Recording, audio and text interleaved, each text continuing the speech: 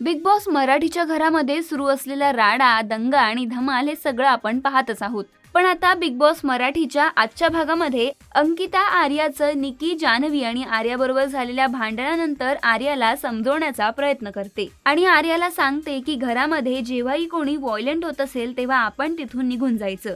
तर पुढे अंकिता आर्याला असंही म्हणते की मला भांडी घासण्याचा फोबिया असल्याने फक्त वीकनेसवर मात करायची आहे आणि माझा वीक पॉइंट कुणाला कळू द्यायचा नाही, म्हणून मी भांडी घासते.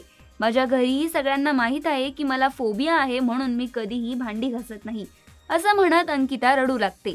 तर यावर आर्या तिला म्हणते की मग तू नको घासूस. तर याच पुढे अंकिता आर्याला म्हणते की तू अजून लहान आहेस, त्यामुळे तुला सांगते की आपण व्हायलेंट व्हायचं नाही, तर आपण शांतपणे आपलं मत मांडायचं.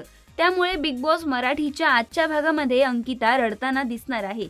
तर जान्हवी आणि आर्यामध्ये बाचाबाची झालेली पाहायला मिळणार आहे. त्यामुळे बिग बॉस मराठीच्या आजच्या भागामध्ये नक्की काय घडणार हे पाहणं तितकंच महत्त्वाचं ठरेल. तर बिग बॉस मराठीच्या इतर अपडेटसाठी बघत रहा कलर्स मराठी आणि जिओ सिनेमा कधीही.